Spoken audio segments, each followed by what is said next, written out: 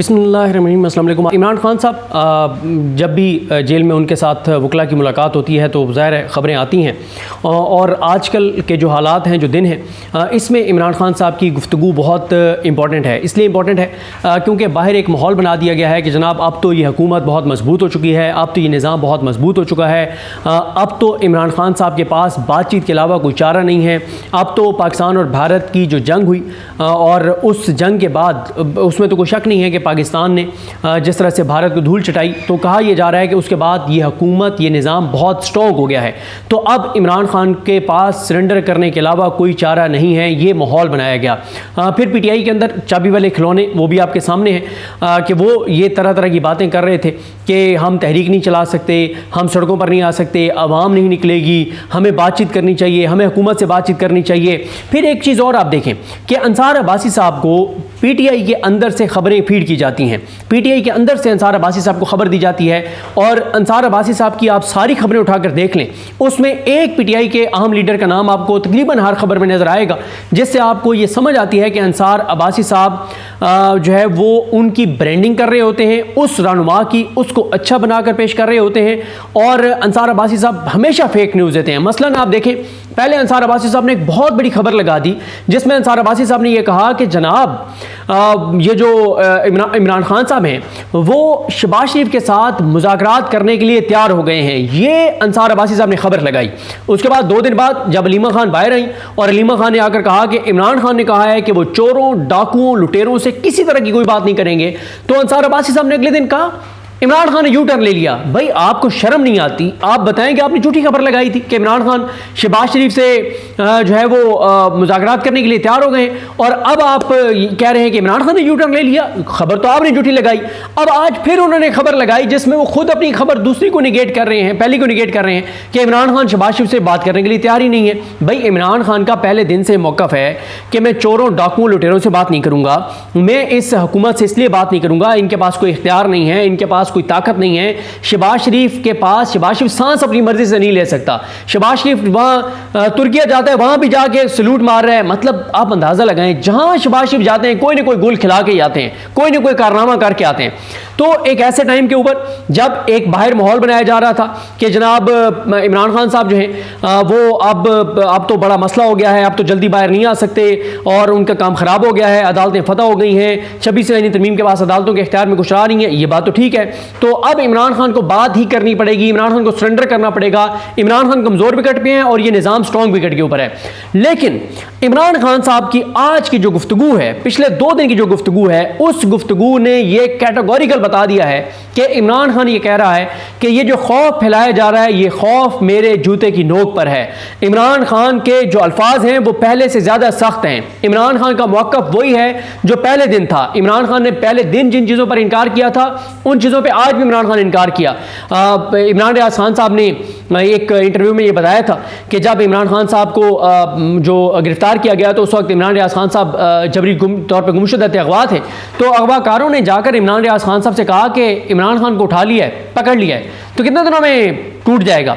इमरान रियाज खान साहब ने उनको कहा कि अगर आप पहले 8-10 दिन में बातचीत से इमरान खान से कोई बात मनवा लें, बातचीत से, तो ठीक है, नहीं उसके बाद फिर भूल जाएं कि इमरान खान पीछे हटेगा। और वही बात हुई। इमरान खान आज भी बातचीत पे तैयार है, लेकिन धौंस, धमकी, ब्लैकमेलिंग के ऊपर इमरान खान आने को तैयार नहीं है। मैंने कई बार ये चीज़ नोट की है कि हम जब इमरान खान साहब बनी गाला थे या जमान पार्क थे, हम बाहर देखते थे बहुत ज़्यादा पीटीआई के हालात ख़राब होते थे, पीटीआई के खिलाफ चीज़ें हो रही होती थी, एक खौफ की फ़िज़ा होती थी, और हम कहते थे कि अब तो इमरान खान के लिए बड़ा काम ख़राब हो गया। जब हम अंदर जाते थे बनी गाला में या जमान पार्क में और इमरान खान से मिलते थे, ऐसे लगता था कि बाहर कुछ हो ही नहीं रहा। यानी इतने वो पुरज़म होते थे, इतने वो मतलब रिलैक्स होते थे और इतने वो पुरज़म होते थे, इतने डटे हुए होते थे, उनको कोई मसला नहीं होता था। वो कहते थे कर लें जो कर रहे हैं, अवाम मेरे साथ है तो जो मेरा बिगाड़ सकते हैं बिगाड़ लें, मैं डटा हुआ हूं, अवाम डटे हुए हैं, तो जो मेरा करते हैं कर सकते हैं कर लें। अब इमरान खान साहब की आज जो गुफ्तगू है वो एक तो पीटीआई के चाबी वाले खिलौने जो है ये बातें करते फिर रहे हैं कि अब अवाम सड़कों पर नहीं आएगी, निकलना मुमकिन नहीं है, अदालतों में कुछ नहीं बचा, दोबारा गोली चलेगी, अब लोग निकलेंगे नहीं। एक तो इमरान खान ने वार्निंग दे दी है कि दोनों तरफ विकेट के खेलने वालों की खैर नहीं है और मेरे पास सारी रिपोर्ट्स हैं। पहले इस पे काम शुरू हुआ था, फिर रोक दिया गया। अब भी आपको पता है कि आलिया हमजा साहिबा के खिलाफ बहुत ज्यादा बहुत ज़्यादा आलिया हमजा साहिबा के खिलाफ जो है ना वो साजिशें हो रही है पार्टी के अंदर से। वो क्यों हो रही हैं? आलिया हमजा कुछ भी नहीं कर रही, सिर्फ ये कर रही है कि वो कह रही है कि मैं सारा हिसाब का किताब रखूंगी कि कौन इमरान खान के नजरिए के साथ खड़ा है। जो बात जेल में बैठ के इमरान खान कर रहा है वो बाहर बैठा हुआ MNA MPA टिकट होल्डर कर रहा है या नहीं कर रहा, और अगर नहीं कर रहा तो वो कह रही है मैं तो नोट कर रही हूं, मैं इमरान खान को रिपोर्ट दूंगी और मैं इनको फारिग करवाऊंगी, इनको टिकट नहीं मिलेंगे। इस वक्त PTI की बाहर लीडरशिप और PTI के MNAs MPAs टिकट होल्डर्स की अक्सरियत आलिया हमजा के खिलाफ इकट्ठे हैं कि इसको फारिग करवाओ। क्यों? वो कहती है कि बयान दो, वो कहती है अदालत पहुंचो। अच्छा, उनकी तारीफ करनी चाहिए मलिक अहमद खान भच्चर साहब, वो MPAs को जिस तरह से लेके चल रहे हैं वो अच्छा काम कर रहे हैं, लेकिन बहुत से PTI के लीडर्स जो पहले जिनको ओहदों से हटाया गया है या जो यहाँ पे सेंट्रल उसमें बैठे हैं, उनको बड़ी टेंशन है कि ये रोज़ कोई ना कोई एक्टिविटी कर लेती है। एक तो उसमें इमरान खान की नज़र में उसकी एक इंपॉर्टेंस बढ़ रही है और लोगों में वो पॉपुलर हो रही है, ये चीज़ इनको बर्दाश्त नहीं होती। एक वाक़या है वो मैं इसलिए नहीं करता कि वो जो जिस वकील साहब का उसमें मामला है वो क्योंकि मेरे ज़ाती तौर पे दोस्त हैं तो लगेगा कि मैं अपनी उस ज़ाती दोस्ती में बात कर रहा हूँ। ये जो अभी PTI का केस चल रहा है मखसूस नशिस्तों का, इसमें एक बहुत ही काबिल बहुत ही लायक वकील को जो है वो इंगेज किया गया आलिया हमजा साहिबा की तरफ से, और इन्होंने ये आपस में डिस्कशन की। आलिया हमजा साहिबा ने बैरिस्टर गौर साहब को कहा कि जनाब हमें इस वकील को खड़ा करना चाहिए, अगर नून लीग ने जो है वो जो जिन लोगों को नशिस्तें मिली थी उनकी जानिब से दरखास्तें डाल दी हैं तो हमें भी एक वकील और खड़ा करना चाहिए, लायक वकील खड़ा करना चाहिए जो और टफ टाइम दे। पहले भी वकील अच्छे हैं, एक और लायक वकील खड़ा करना चाहिए। पिटीशन तैयार हो गई, सोमवार वाले दिन वो पिटीशन दायर होनी थी। इतवार और सोमवार की दरमियानी रात PTI के एक लीडर ने कहा जी इस वकील को आपने खड़ा नहीं करना, ना ये दरखास्त दायर करनी है। वजह क्या थी कि एक तो आलिया हमजा ने उस वकील को अप्रोच किया और दूसरा यह है कि वो वकील लायक है, तो लायक वकील आएगा तो फिर थोड़ा सा मसला तो होगा ना। फिर लाइव प्रोसीडिंग में जब पूरा पाकिस्तान देखेगा कि एक लायक वकील, लायक और काबिल वकील ज़बरदस्त दलाइल दे रहा है, तो फिर थोड़ा सा पहले से जो एक आध लायक वकील है उसको थोड़ा सा फिर ये तो पड़ेगा ना कि नहीं नुकसान तो होगा कि अब जी एक और भी लायक वकील आ गया है PTI की लीगल टीम में, तो उन्होंने नहीं दरखास्त दायर होने दी। तो ये सारे मामला हैं। अब इमरान खान साहब जो हैं उनका जो बयान आया है आज, जिसमें इमरान खान साहब, मैंने आपको कहा ना कि वो हारून रशीद साहब की बात का मैं कई बार वीडियोस में हवाला दे चुका हूं। वो ये कहते हैं कि जब एक आदमी मौत के खौफ से आगे गुजर जाता है फिर वो आदमी नहीं होता जो वो पहले होता है। सबसे बड़ा खौफ क्या होता है भाई? मौत का खौफ है ना कि मैं मार दिया जाऊंगा, मुझे मार दिया जाएगा, ये सबसे बड़ा खौफ है। जब आप इस खौफ से ही गुजर जाते हैं, जब आपको मौत का खौफ ही नहीं रहता, फिर बात खत्म हो जाती है। और इमरान खान मौत के खौफ से गुजर चुके हैं, आगे गुजर गए। वो कहते हैं कि मुझे कोई मसला नहीं है, मैं जेल में अगर मेरी ज़िंदगी जेल में ख़त्म होती है हो जाए, लेकिन मैं अपने असूलों पर कोई किसी तरह की सौदेबाजी जो है वो नहीं करूँगा।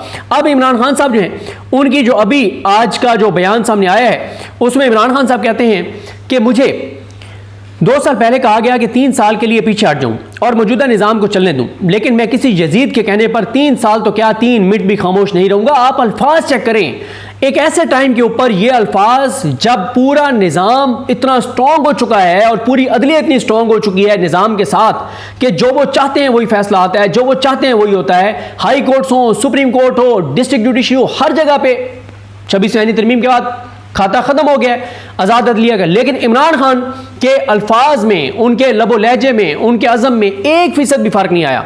वो कहते हैं कि मुझे 2 साल पहले कहा गया कि 3 साल के लिए पीछे हट जाऊं और मौजूदा निज़ाम को चलने दूं, लेकिन मैं किसी यजीद के कहने पर 3 साल तो क्या 3 मिनट भी खामोश नहीं रहूंगा। मुझ पर 26वीं तरमीम को कबूल करने का भी जोर डाला जा रहा है, लेकिन मेरी जद्दोजहद कानून की हुक्मरानी की है और 26वीं तरमीम ऐन उसके मुनाफी है।